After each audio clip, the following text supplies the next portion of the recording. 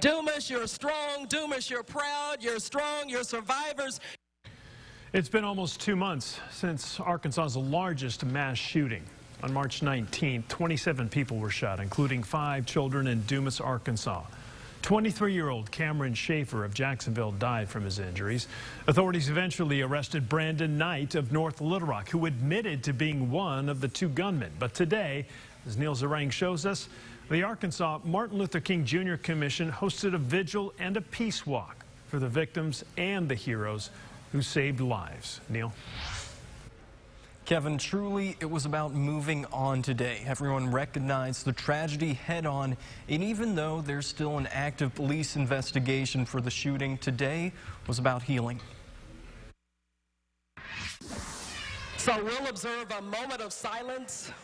A moment of silence, contrasting the overwhelming gunfire in Dumas 2 months ago. The city was very torn. On every bleacher, people so close to those dodging bullets at the Hoodnick Car Show. For Alyssa Rayleigh, it was her brothers, sisters, and friends. They have really been shook up about it. A mass shooting committed by outsiders, the main reason the Martin Luther King Commission hosted a nonviolence rally for the community's youth. This community is not made of that. On a full day of events, Dumas High students and visitors attended classes on bullying, gun violence, conflict resolution, and more. They held a candlelight vigil and community walk to remember the heroes and victims. Some people seem to feel like the people that really need to be here aren't here to hear this, but the right people are here that need to hear it so that they don't get into this type of behavior. Star Power joined to leave a lasting impression. Broadway Joe left moments before the deadly shooting on March 19th. Actress Vivica Fox traveled from the red carpet so that Dumas's walkways don't have to be covered with scarlet blood again. This is not okay. As kids, they're not supposed to be dealing with trauma like this.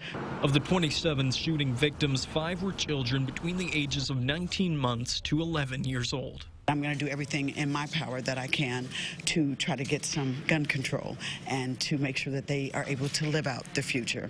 A future that includes one event the violence could not take away. Don't give it up for next year's Hoodnick. We'll be back. And hopefully more community-focused activities to cheer Dumas along as it heals. It doesn't matter, what's going on. The violence does not stop positivity. I had the chance to speak with Arkansas State Police today about the latest in the mass shooting investigation. I'm told even though it's believed there were 2 gunmen that day, only 1 person has been charged so far, but other criminal charges are pending in the active case. Neil Zarang, back to you, Kevin. All right, Neil, thank you so much. And a side note to this story, my co-anchor, Donna Terrell, a keynote speaker today before a candlelight vigil as part of our Victory Over Violence initiative. There she is.